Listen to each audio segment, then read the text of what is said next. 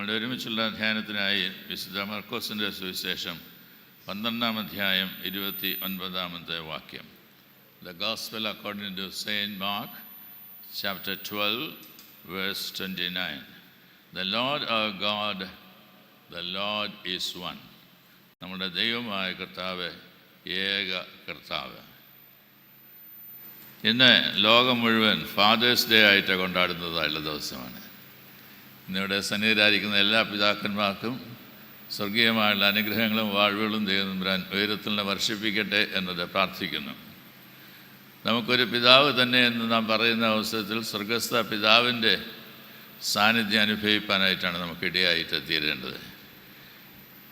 David and സിസ്ലി എന്ന് പറയുന്ന രണ്ട് ദമ്പതികളുടെ ഒരു ചരിത്രം ഞാൻ ഡോക്ടർ ദൈവമല്ല എന്ന് പറയുന്നതായുള്ള പുസ്തകത്തിൽ വായിക്കുകയുണ്ടായി. ഡോക്ടർ ഖദീജ മുംതാസിൻ്റെ വൈദ്യ അനുഭവങ്ങളാണ് ആ പുസ്തകത്തിൽ രേഖപ്പെടുത്തിയിരിക്കുന്നത്. DC ബുക്സ് പ്രസിദ്ധീകരിച്ച 6ാമത്തെ എഡിഷനാണ് ഞാൻ വായിച്ചത്. 2009 ആദ്യത്തെ എഡിഷൻ പ്രസിദ്ധീകരിക്കുവാൻ കൊണ്ടിടയായിട്ട് തീർന്നത്. ഡേവിഡ് ഏകദേശം 35 വയസ്സിന് ശേഷമാണ് വിവാഹിതനായിട്ട് തീർന്നത്. സിസിലിയാണ് വിവാഹം കഴിച്ചത്. ദമ്പതികളാണ്.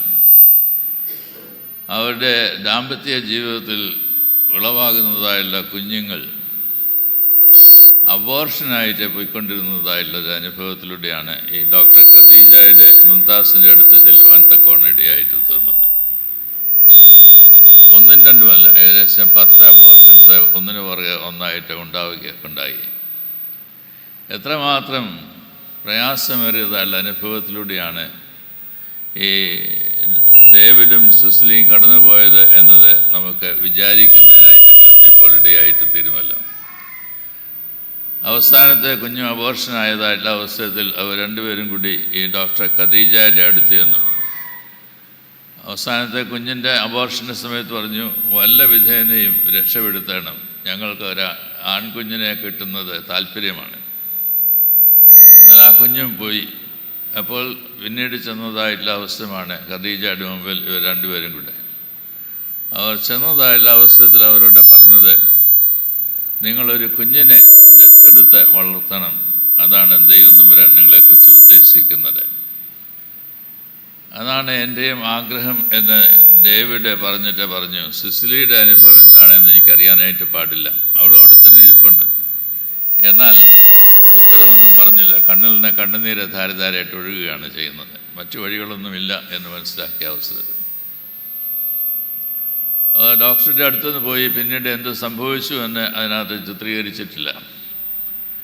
എന്നാൽ അവിടെ പറയുന്നത്, ദൈവം നിങ്ങൾക്ക് നൽകിയിരിക്കുന്നതായുള്ള സ്നേഹം അത് നിങ്ങൾക്ക് വേണ്ടി മാത്രമുള്ളതല്ല, അത് മറ്റുള്ളവർക്കും കൂടി വേണ്ടിയതാണ്. ഇന്നത്തെ വേദഭാഗം നമ്മെ ഓർമ്മിപ്പിക്കുന്നത് ദൈവത്തെക്കുറിച്ചാണ്. ദൈവത്തെ പൂർണ്ണ മനസ്സോടും പൂർണ്ണ ഹൃദയത്തോടും പൂർണ്ണ ആത്മാവോടും പൂർണ്ണ ശക്തിയോടും കൂടെ സ്നേഹിക്കണം. നിൻ്റെ അയൽക്കാരനെയും നിന്നെ പോലെ തന്നെ സ്നേഹിക്കണം. സ്നേഹത്തെക്കുറിച്ച് പ്രതിപാദിക്കുന്നതായിട്ടുള്ള ഭാഗമാണ് കർത്താവായ യേശുക്രിസ്തു പറയുന്നതായിട്ടുള്ള ഈ ഭാഗം. ഇന്ന് യോഗ ദിനവും കൂടിയാണ്. നമ്മളുടെ പ്രൈം മിനിസ്റ്റർ കൽക്കട്ടയിലാണ്, വെസ്റ്റ് ബംഗാളിലാണ് യോഗയിൽ പങ്കെടുക്കുവാനായിട്ട് പോയിരിക്കുന്നത്. വളരെയധികം ആളുകൾ യോഗയിലൂടെ തങ്ങളുടെ ജീവിതത്തെ ഏകാഗ്രമാക്കുന്നതിനായിട്ടും കൂടുതൽ സന്തോഷമുള്ളതാക്കി തീർക്കുന്നതിനായിട്ടുമൊക്കെ പരിശ്രമിക്കുന്നുണ്ട്. 60 വയസ്സിന് മുകളിൽ പ്രായമുള്ള ആളുകൾ ഇന്ന് ഈ ഇടവകയിലെ കുഞ്ഞുങ്ങളും പ്രായമുള്ളവരുമാണ് കൂടുതലുള്ളത്. കാരണം ചെറുപ്പക്കാരായുള്ള അനേകം ആളുകൾ മൈഗ്രേറ്റ് ചെയ്ത് പല സ്ഥലങ്ങളിലേക്ക് പോയിരിക്കുന്നു എന്നുള്ളതുകൊണ്ടാണ്. അപ്പോൾ കുഞ്ഞുങ്ങളെ ഞാനിപ്പോൾ വിളിച്ച പോലെ വിളിക്കുന്നതിൻ്റെ പ്രധാന കാര്യം ഈ ദേവാലയവും ഈ ഇടവയും അവർക്കുള്ളതാണ് എന്നവരെ ബോധ്യപ്പെടുത്തുന്നതിനായിട്ടാണ്. വയോജനങ്ങളും ഈ ഇടവയിൽ ഇപ്പോൾ ഉള്ളതായിട്ടുള്ള ആളുകളാണ്. നിങ്ങളുടെ കമ്മിറ്റ്മെൻറ്റ് കൊണ്ട്, നിങ്ങളുടെ ലോയൽറ്റി കൊണ്ട്, നിങ്ങൾക്ക് ദേവാലയത്തിൽ വന്ന് ദൈവത്തെ ആരാധിക്കണം, ഒരുമിച്ച് ആരാധിക്കണം എന്നുള്ളതായിട്ട് താല്പര്യങ്ങളൊക്കെ കൊണ്ടാണ് നിങ്ങൾ ദേവാലയത്തിൽ വന്നുകൊണ്ടേയിരിക്കുന്നത്. കുറേ കഴിയുന്നതായിട്ടുള്ള അവസരത്തിൽ പ്രായത്തിൻ്റേതായിട്ടുള്ള വ്യത്യാസങ്ങളൊക്കെ ഉണ്ടാവും. വടി പിടിച്ച് നടക്കേണ്ടതായിട്ട് വരും, മറ്റുള്ളവരുടെ കൈ പിടിച്ച് നടക്കേണ്ടതായിട്ട് വരും, വീൽ ചെയറിൽ നടക്കേണ്ടതായിട്ട് വരും, സ്ട്രെച്ചറിൽ എടുത്തുകൊണ്ട് പോകേണ്ടതായിട്ടുള്ള അവസരങ്ങളൊക്കെ ഉണ്ട്. ഇതെല്ലാം പ്രായത്തിൻ്റേതായിട്ടുള്ള ഓരോ അവസരങ്ങളുണ്ടാകുന്നതാണ്. എന്നാൽ എത്രത്തോളം നമുക്ക് തന്നെ സൗഖ്യമായി ആരോഗ്യമായിട്ടൊക്കെ ജീവിക്കുവാനായിട്ട് ഇടയായി തീരും എന്നതിന് നമ്മെ സഹായിക്കുന്ന ഒന്നാണ് യോഗ എന്ന് പറയുന്നത്. അത് പ്രത്യേകിച്ച് 60 വയസ്സിന് മുകളിൽ പ്രായമുള്ളതായിട്ടുള്ള എല്ലാവരും യോഗ ക്രമമായിട്ട് ചെയ്യുന്നത് നല്ലതാണ്. ഇടവഴിക്കും ചെയ്യാവുന്നൊരു ശുശ്രൂഷയാണ് യോഗ ക്ലാസ്സുകൾ നടത്തുക, ദിനംതോറും വന്ന് യോഗ പരിശീലിക്കുക എന്നുള്ളതായിട്ടുള്ള കാര്യങ്ങൾ. എത്രമാത്രം ഈ ദേവാലയത്തിൽ സാധ്യമായി തീരും എന്നത് നിങ്ങൾ വികാരി അച്ഛനുമായിട്ടൊക്കെ ആലോചിക്കേണ്ടതായുള്ള വിഷയമാണ്. എന്നാൽ നമ്മളുടെ സഭയിൽ പല ഇടവുകളിൽ ഇത് ചെയ്യുന്നുണ്ട് എന്നതുകൂടി ഞാൻ നിങ്ങളെ ഓർമ്മിപ്പിക്കുന്നതിനായിട്ട് ആഗ്രഹിക്കുന്നു. മനസ്സ് ഏകാഗ്രമാക്കി തീർക്കുവാനായിട്ട് സാധിക്കുക. നമ്മളുടെ ജീവിതത്തിൽ നമുക്ക് മനസ്സ് ഏകാഗ്രമാക്കി തീർക്കുവാനായിട്ട് ഇടയാവുന്നതായുള്ളൊരിടമാണ് ആരാധനയ്ക്കായി ദേവാലയത്തിൽ വരുന്നതായിട്ടുള്ള അവസ്ഥ. എവിടെയാണ് മനസ്സ് കേന്ദ്രീകരിപ്പാൻ്റെ കൊണ്ട് ഇടയാവേണ്ടത്? ഈ ദേവാലയത്തിൻ്റെ സ്ട്രക്ചർ തന്നെ അതിനു വേണ്ടിയിട്ട് സഹായമായ രീതിയിലാണ് ഉണ്ടാക്കിയിരിക്കുന്നത്. ഇവിടെ ദേവാലയത്തിൽ വരുന്നതായിട്ടുള്ള അവസരം, ഈ തിരശ്ശീല മാറ്റുന്നതായിട്ടുള്ള അവസരത്തിൽ കുർബാന ശുശ്രൂഷ ആരംഭിക്കുന്നു.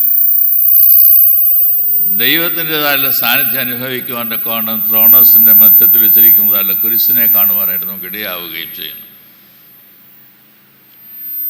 കുരിശിനെ മനസ്സിൽ കരുതിക്കൊണ്ട് ദൈവം തൻ്റെ പുത്രനായ യേശുക്രിസ്തുവിലൂടെ, നമ്മുടെ കർത്താവും രക്ഷിതാവുമായുള്ള യേശുക്രിസ്തുവിലൂടെ നമുക്ക് നൽകിയതായുള്ള രക്ഷയുടേതായുള്ള സന്തോഷത്തെ മനസ്സിലാക്കാനായിട്ട് ഇടയാവുക എന്നതാണ് ഉദ്ദേശിക്കുന്നത്.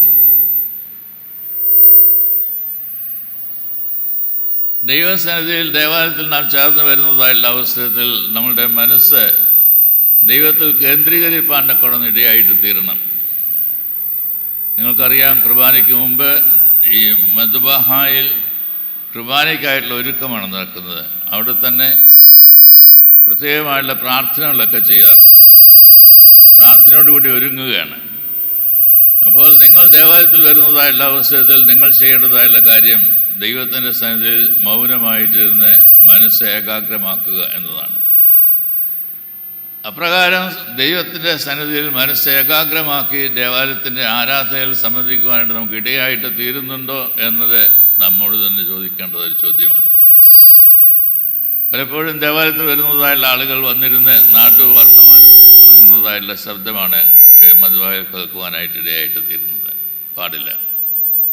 നാം ദേവാലയത്തിൽ വരുന്നത് ദൈവത്തിൻ്റെ സാന്നിധ്യം ഇവിടെ പ്രത്യേകമായുള്ള രീതിയിൽ ഉണ്ട് എന്ന് മനസ്സിലാക്കി ദൈവത്തിൻ്റെ സാന്നിധ്യം അനുഭവിപ്പാനായിട്ടാണ് നാം ചേർന്ന് വരുന്നത്. അങ്ങനെ ദൈവത്തിൻ്റെ സന്നിധിയിൽ ചേർന്ന് വരുന്നതായിട്ടുള്ള നമുക്ക് ദൈവത്തെ ആരാധിക്കുവാൻ്റെ കൊണ്ടിടയായിട്ട് തീരണം. പാശ്ചാത്യ നാട്ടിൽ ഒരു വലിയ ദേവാലയത്തിൻ്റെ വാതിൽക്കൽ നിന്നുകൊണ്ട് ആ ഇടവേല പട്ടക്കാരൻ വരുന്നതായുള്ള ആളുകളെയൊക്കെ സ്വീകരിക്കുകയായിരുന്നു. അപ്പോൾ ആ ദിവസം ഒരു കൂട്ടം ആൾക്കാരെ മറ്റ് പ്രദേശങ്ങളിലും മറ്റും അവിടെ വന്നു, സന്ദർശകരായിട്ട് വന്നു.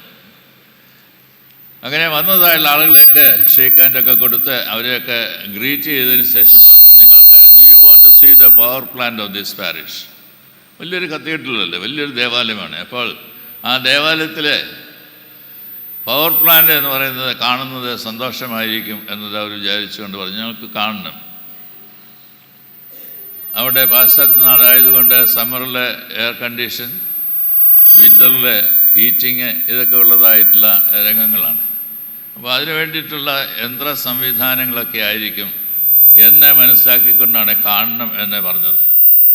അപ്പോൾ പറഞ്ഞു, നമുക്കെന്നാൽ ബേസ്മെൻറ്റിലേക്ക് പോകാം. ബേസ്മെൻറ്റിലേക്ക് പോയ അവസരത്തിൽ ആ വാതിൽ അടഞ്ഞെടുക്കുക. വാതിലൊക്കെ തുറന്നതിന് ശേഷം ആ പട്ടക്കാരൻ പറഞ്ഞു, നിങ്ങൾക്ക് അകത്തേക്ക് കയറി ഈ ഇടവയുടെ പവർ പ്ലാന്റ് കാണാനായിട്ടിടയാകും.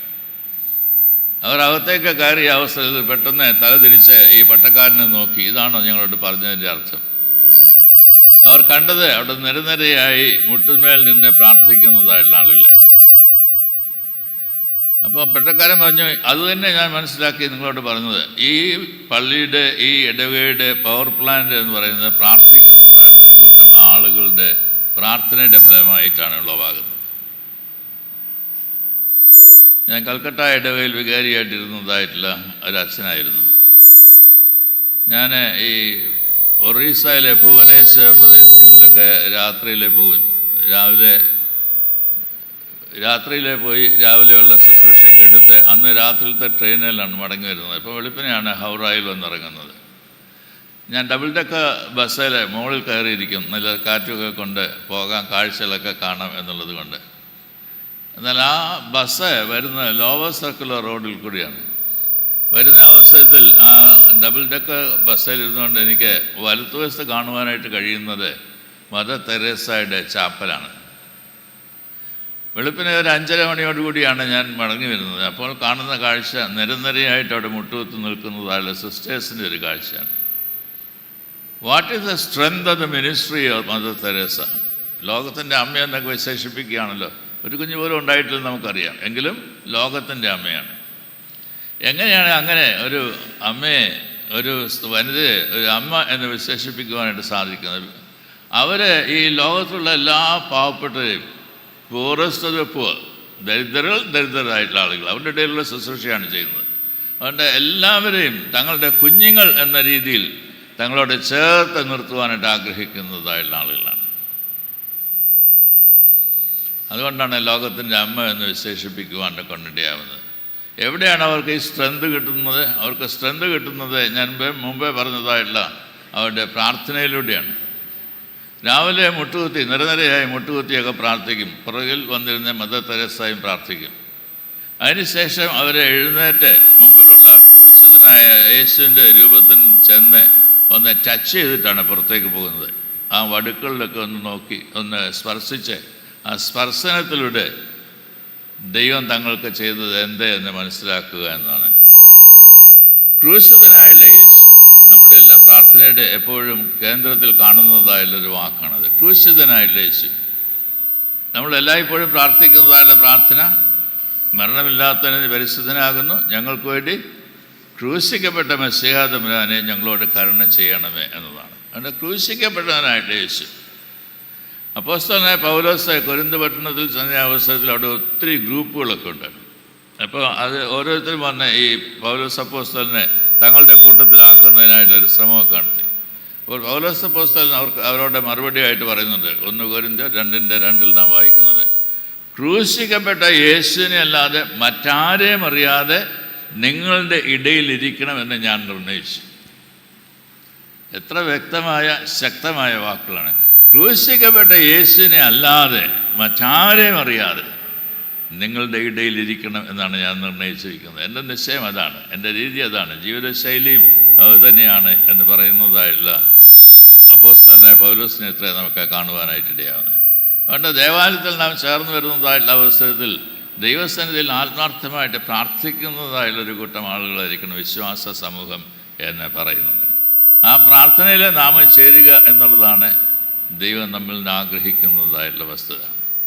നമ്മുടെ ഓരോ ആരാധനയും നടക്കുന്നതായിട്ടുള്ള അവസരത്തിൽ നമുക്ക് ദൃശ്യമായ ഒരു കൂട്ടം ആൾക്കാരുണ്ട്, ദൃശ്യമായ ഒരു ഇടവകയൊക്കെ ഉണ്ട്, ദൃശ്യമായ ഒരു ആരാധനയൊക്കെ ഉണ്ട്.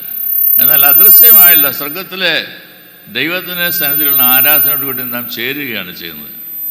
അതുകൊണ്ട് മിലിറ്റൻ്റായിട്ടുള്ള ഇടവകയും ദൈവസന്നിധിയിലുള്ള അദൃശ്യമായിട്ടുള്ള ഇടവകയും ഒക്കെ ഒരുമിച്ച് ചേർന്ന് ദൈവത്തെ ആരാധിക്കുകയാണ് ചെയ്യുന്നത് എന്നത് മറക്കുന്നതിനായിട്ട് നമുക്ക് ഇടയാവരുത്. അതുകൊണ്ട് സ്വർഗത്തിലുള്ളതും ഭൂമിയിലുള്ളതും ഒക്കെ നമ്മൾ ആരാധനയിലൊക്കെ പറയുന്നത് അല്ല, പ്രാർത്ഥനയുള്ളത് കൊണ്ടാണ്.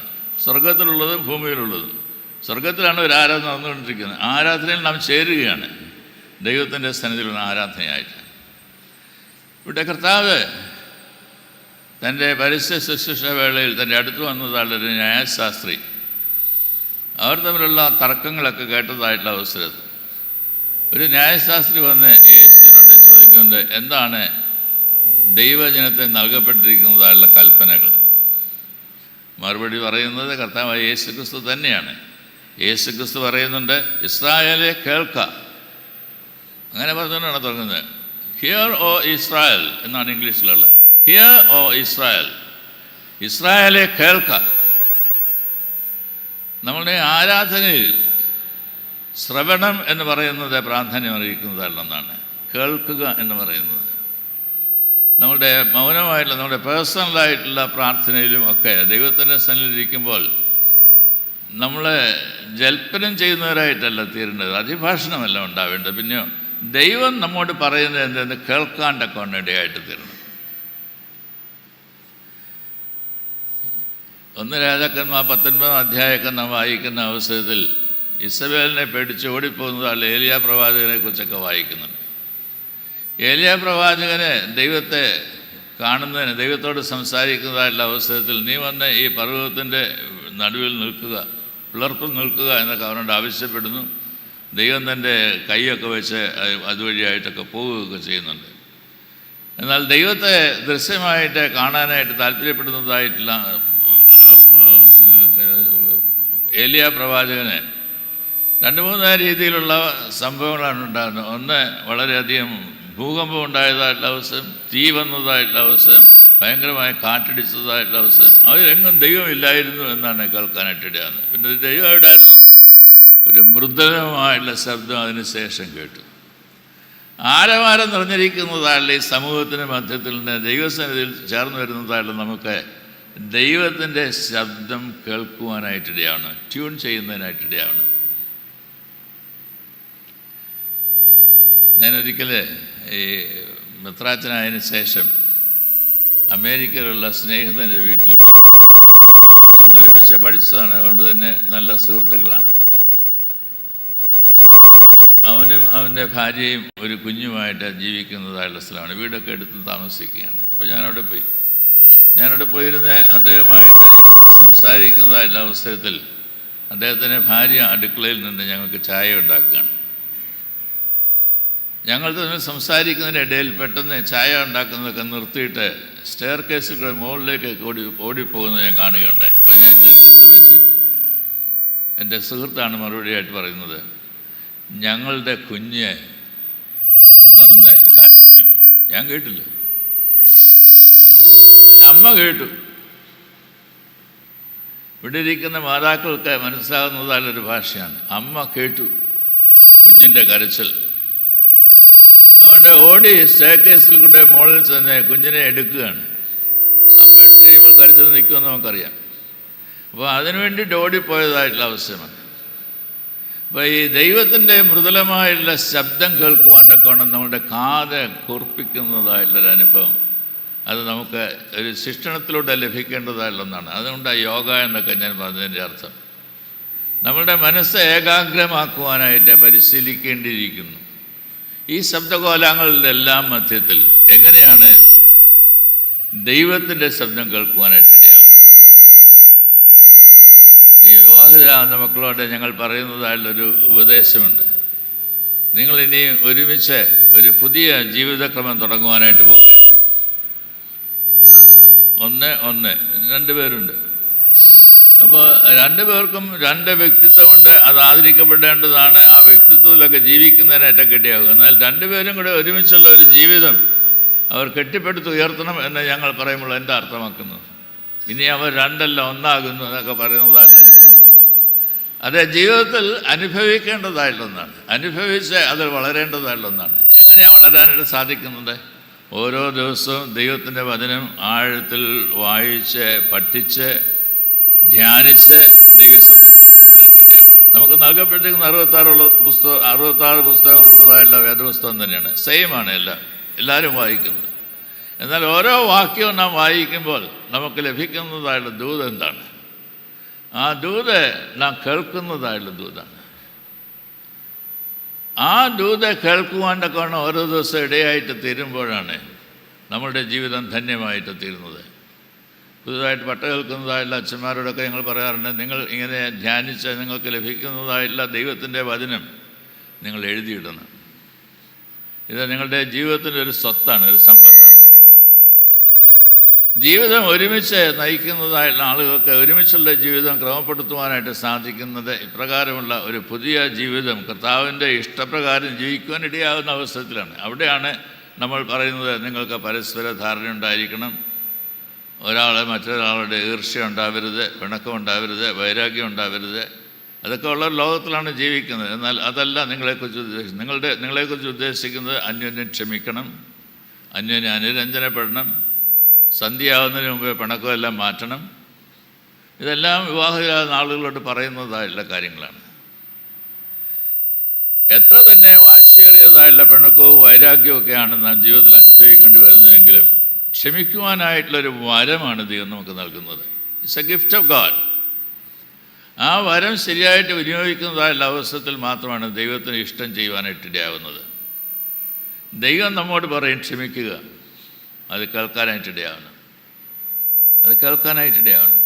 കേൾക്കുന്നതായുള്ള അവസരം ചെയ്യാനായിട്ടുള്ള മനസ്സിലൊക്കെ ഉണ്ടാവണം. ക്ഷമിക്കുന്നതായുള്ള സാഹചര്യത്തിലാണ് ദൈവം ഈ ലോകത്തിൽ വെളിപ്പെടുന്നത് എന്നത് മനസ്സിലാക്കാനായിട്ട് നമുക്ക് സാധിക്കുമോ? ക്ഷമിക്കുന്നതായുള്ള അവസരത്തിലാണ് ദൈവം വെളിപ്പെടുന്നത് എന്ന് മനസ്സിലാക്കാനായിട്ട് സാധിക്കുമോ?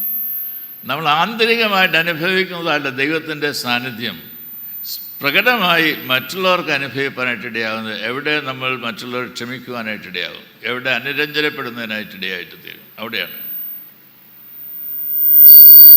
ഇന്ന് ക്ഷമിക്കുക, അനുരഞ്ജനപ്പെടുക എന്നൊക്കെ പറയുന്നത് മനസ്സിലാകാത്ത ഭാഷയായിട്ട് മാറിയിരിക്കുകയാണ്.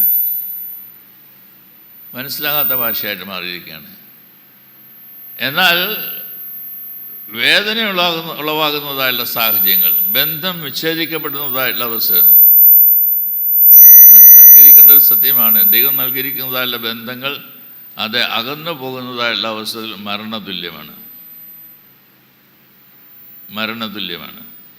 എപ്പോൾ അകന്നതായുള്ള ബന്ധം ഒരുമിച്ച് അനുരഞ്ജനപ്പെട്ട് ഒന്നായി തീരുവാനായിട്ടിടയാകും, അവിടെ ദൈവികമായിട്ടുള്ള സാന്നിധ്യം, ഡിവൈനായിട്ടുള്ള പ്രൊവിഷനാണ് നമുക്ക് അനുഭവിക്കാനായിട്ടിടയാകുന്നത്. വിവാഹ ജീവിതത്തിൻ്റെ ഒരു രഹസ്യം എന്ന് പറയുന്നത് അതാണ്. ഈ ലോകത്തിൽ നിങ്ങൾക്ക് കഷ്ടമുണ്ട്, അതൊക്കെ ശരിയാണ്. എന്നാൽ അതിൽ കൂടെ കടന്നു പോകുന്നതായുള്ള അവസരത്തിൽ എങ്ങനെയാണ് റെക്കൺസൈൽഡായി തീരുവാനായിട്ടിടയാവുന്നത്? ഇവിടെ ഞാൻ പറഞ്ഞതായുള്ള കഥയിൽ ഡേവിഡ് പറയുകയാണ്, സിസിലിയുടെ മനസ്സ് എനിക്ക് അറിയാനായിട്ട് പാടില്ല, എന്നാൽ എനിക്ക് താല്പര്യമുണ്ട്, ഒരാളെ എടുത്ത് വളർത്തുവാനായിട്ട് താല്പര്യമുണ്ട്. അത് സിസിലിയും കൂടെ അനുവദിക്കുക എന്നതാണ് ആവശ്യം.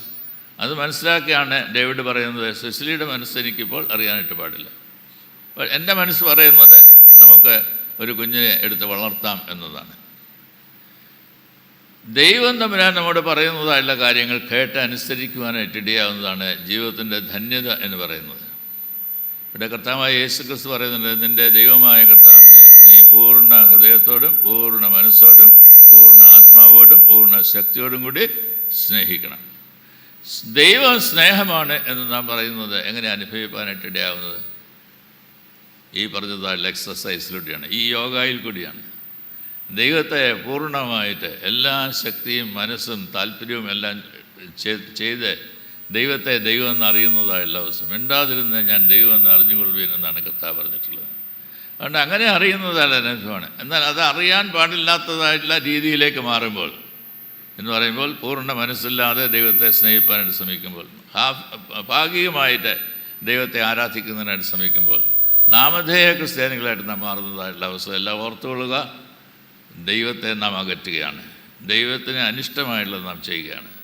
ദൈവത്തിന് താല്പര്യമുള്ളത് ദൈവത്തെ സ്നേഹിക്കണം, ദൈവം സ്നേഹമാണ് എന്ന ലോകത്തിൽ അറിയിക്കുവാൻ കൊണ്ടിടയാവണം. അതിനോട് ചേർത്ത കർത്താവ് പറയുന്നതായിട്ടുള്ള സംഗതിയാണ്, നിൻ്റെ അയൽക്കാരനെ നിന്നെപ്പോലെ തന്നെ സ്നേഹിക്കണം എന്നുള്ളത്.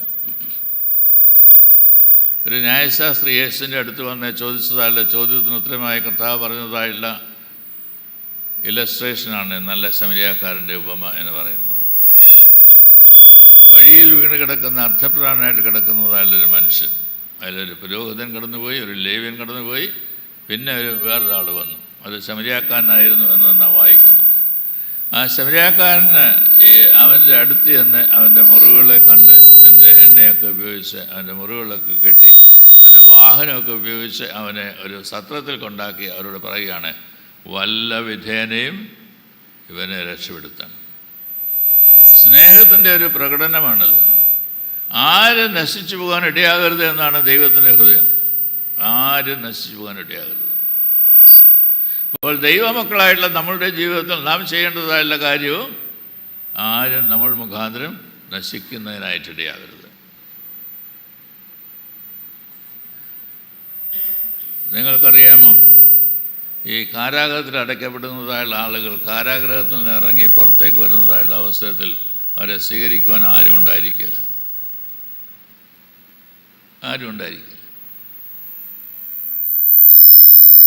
സ്വന്തക്കാർ കാണും, വീട്ടുകാർ കാണും, സ്നേഹിതർ കാണും, അതൊക്കെ ശരിയാണ്. പക്ഷേ ഒരു 40 വർഷം കാരാഗ്രഹത്തിൽ കിടന്നിട്ട് ഇറങ്ങി വരുന്നതായുള്ളൊരു മനുഷ്യനെ സ്വീകരിക്കാൻ ആരും കാണത്തില്ല.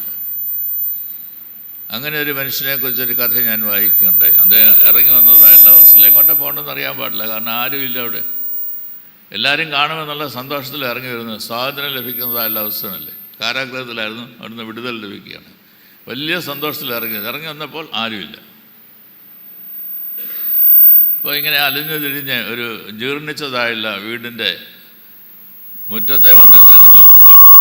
അപ്പോൾ അകത്തുനിന്നൊരു ശബ്ദം, പോകരുതേ ഞാനിതാ വരുന്നു, പോകരുതേ ഞാനിതാ വരുന്നു. അല്പനേരം അവിടെ വന്ന് ഈ ശബ്ദം കേട്ടതായുള്ള ആൾ ആരാണ് എന്നത് അറിയണം എന്ന് താല്പര്യപ്പെട്ട് നിൽക്കുന്നതായുള്ള അവസ്ഥയിലൊരു അഡോളസൻ്റായിട്ടുള്ള ചെറുപ്പക്കാരൻ, ഒരു ബാലൻ ഇറങ്ങി ഓടി വന്നു. അവൻ്റെ ദേഹത്തെ മണ്ണൊക്കെ പുരണ്ടിരിക്കുന്നത് കാണാനായിട്ട് ഇടയായിട്ട് തോന്നുന്നു. അവൻ വന്ന ഉടനെ പറയുന്നത്, നിങ്ങൾ വരുമെന്ന് എനിക്കറിയാമായിരുന്നു, നിങ്ങൾ വരുമെന്ന് എനിക്കറിയാമായിരുന്നു. എൻ്റെ അമ്മ അങ്ങനെ എന്നോട് പറഞ്ഞിട്ടുണ്ട്. എന്താ അമ്മ പറഞ്ഞു കൊടുത്തത്? അമ്മ പറഞ്ഞത്, നീ ഒറ്റയാകുന്നതായുള്ള അവസരത്തിൽ, അല്ലെ നിന്നെ എല്ലാവരും വിട്ടുപോകുന്നതായുള്ള അവസരത്തിൽ ദൈവം നിനക്ക് ആശ്രയമായിരിക്കും, തുണയായിരിക്കും, ദൈവം നിന്നെ കാത്തുകൊള്ളും. ഇത് അമ്മ പറഞ്ഞിട്ടുള്ളതാണ്. അവിടെ നോക്കിയിരിക്കുകയാണ് ദൈവത്തെ കാണാനായിട്ട്. അപ്പോൾ ഈ കാരാഗ്രഹത്തിൽ നിന്ന് ഇറങ്ങി വന്നതായുള്ള മനുഷ്യൻ ചോദിച്ചു, ഞാൻ ആരാണെന്ന് വെച്ചാൽ ഇതൊക്കെ പറയുന്നത്, ഇതൊക്കെ ചോദിക്കുന്നത്? അവനെ യാതൊരു സങ്കോചം കൂടെ പറയണം, നിങ്ങൾ ദൈവമാണ്, ദൈവം അയച്ചിട്ടാണ് നിങ്ങൾ വന്നിരിക്കുന്നത്, അവിടെ നിങ്ങൾ ദൈവമാണ്. എൻ്റെ അമ്മ മരിച്ചു, ഇനി എനിക്ക് ആരുമില്ല, എങ്ങോട്ടാണ് പോകേണ്ടതെന്ന് എനിക്കും അറിയാനായിട്ട് പാടില്ല. എന്നെ കൂടെ കൊണ്ടുപോകാമോ? ഇതാ ചോദ്യം, എന്നെ കൂടെ കൊണ്ടുപോകാമോ? അപ്പോഴാണ് ഈ കാരാഗ്രഹത്തിൽ ഇറങ്ങി വന്നതായുള്ള മനുഷ്യന് തൻ്റെ ജീവിതത്തെക്കുറിച്ചുള്ളൊരു ലക്ഷ്യം കിട്ടുന്നത്. എന്ത് ചെയ്യണം എന്ന് വിചാരിച്ചിറങ്ങി വന്നതായുള്ള മനുഷ്യന് ആരുമില്ല എന്ന് മനസ്സിലാക്കി ഒറ്റയായി പോകുന്നതായുള്ള അവസ്ഥയിൽ അവന് ചിന്തിക്കുകയാണ്, ഞാൻ എന്നെക്കുറിച്ചുള്ള ഗുണം എന്നാ, പ്രയോജനം എന്നാ? അപ്പോഴാണ് ഒരു പയ്യൻ ഇറങ്ങി വന്ന് പറയുന്നത്, എന്നെ കൂടെ കൂട്ടിക്കൊണ്ടു പോകാമോ? അദ്ദേഹം കൈ നീട്ടി അദ്ദേഹത്തോട് ചേർത്ത് പിടിച്ചിട്ട് പറഞ്ഞു, വാ നമുക്ക് പോകാം. ഒന്നുമില്ല, എവിടെയാണ് പോകുന്നത്? ഒന്നുമില്ല. എന്നാൽ ഇനിയും നമുക്കുള്ളത് നമുക്ക് ഒരുമിച്ച് കണ്ടെത്താം, നമുക്ക് ഒരുമിച്ച് ഭക്ഷിക്കാം, നമുക്ക് ഒരുമിച്ച് കിടക്കാം, ഉറങ്ങാം. ഈ ലോകത്തിൽ ആരുമില്ല എന്നുള്ളതല്ല, ഈ ലോകത്തിൽ ദൈവം കൂടെയുണ്ട് എന്ന്. ദൈവം ഏതൊക്കെ രീതിയിലാണ് പ്രത്യക്ഷപ്പെടുന്നതെന്ന് നമുക്കറിയാനായിട്ട് പാടില്ല. ശമരിയാക്കാരൻ്റെ ഉപമയിൽ അർത്ഥപ്രാണനായിട്ട് കിടക്കുമ്പോൾ മരിച്ചുകൊണ്ടിരിക്കുന്നതായുള്ളൊരു മനുഷ്യൻ്റെ അടുത്താണ് ഈ ശമരിയാക്കാരൻ ചെന്ന് അവനെ താങ്ങിയെടുത്ത് സത്രത്തിൽ കൊണ്ടുപോയി വല്ല വിധേനയും ഇവനെ രക്ഷപ്പെടുത്തണമെന്ന് പറയുന്നു. എന്നിട്ട് കയ്യിലുള്ള തുക കൊടുക്കുന്നുണ്ട്. എന്നിട്ട് ചിന്തിച്ചിട്ട് പറയുകയാണ്, അധികം വല്ലതും ചിലവിടേണ്ടി വന്നാൽ ഞാൻ മടങ്ങി വരും. എനിക്ക് മടങ്ങി വരുമ്പോൾ ഇവനെ ജീവനുള്ളവനായിട്ട് കാണണം, നിങ്ങൾ സൗഖ്യദായകനായിട്ട് കാണപ്പെടണം, അപ്പോൾ ബാക്കിയുള്ളതൊക്കെ ഞാൻ തന്നുകൊള്ളാം എന്ന് പറയുകയാണ്.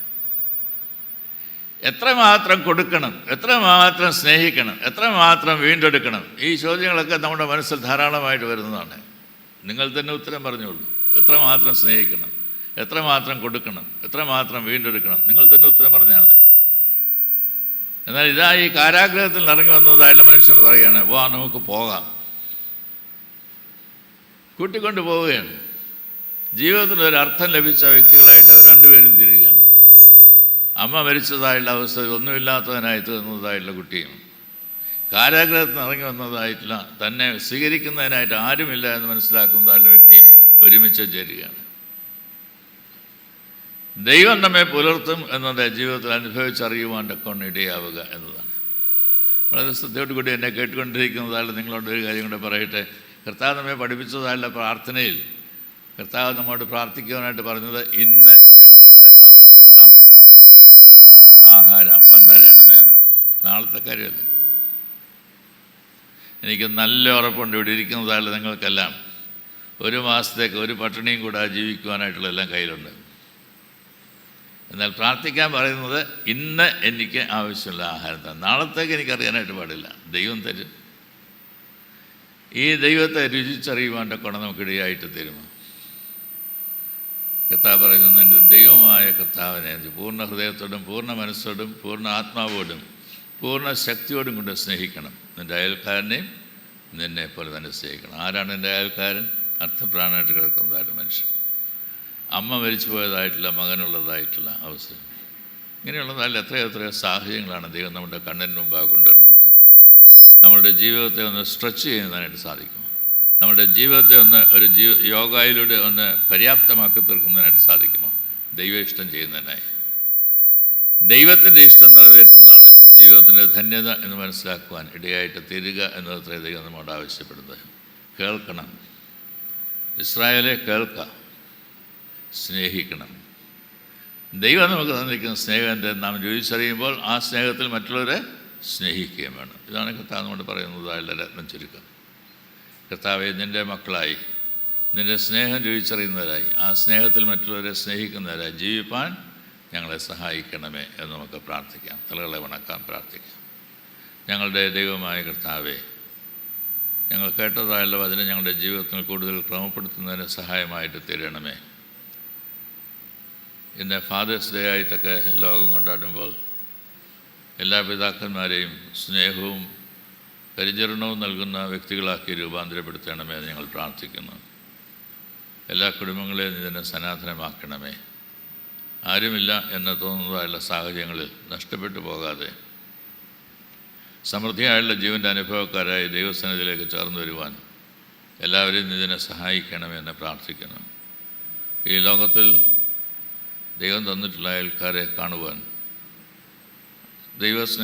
അവരെയും സ്നേഹിപ്പാൻ, അവരെയും ചേർത്ത് നിർത്തുവാൻ, ദൈവരാജ്യത്തിലേക്ക് അവരെ നടത്തുവാൻ ഞങ്ങളെല്ലാം പ്രാപ്തരാക്കി തീർക്കണമേ എന്ന് പ്രാർത്ഥിക്കുന്നു.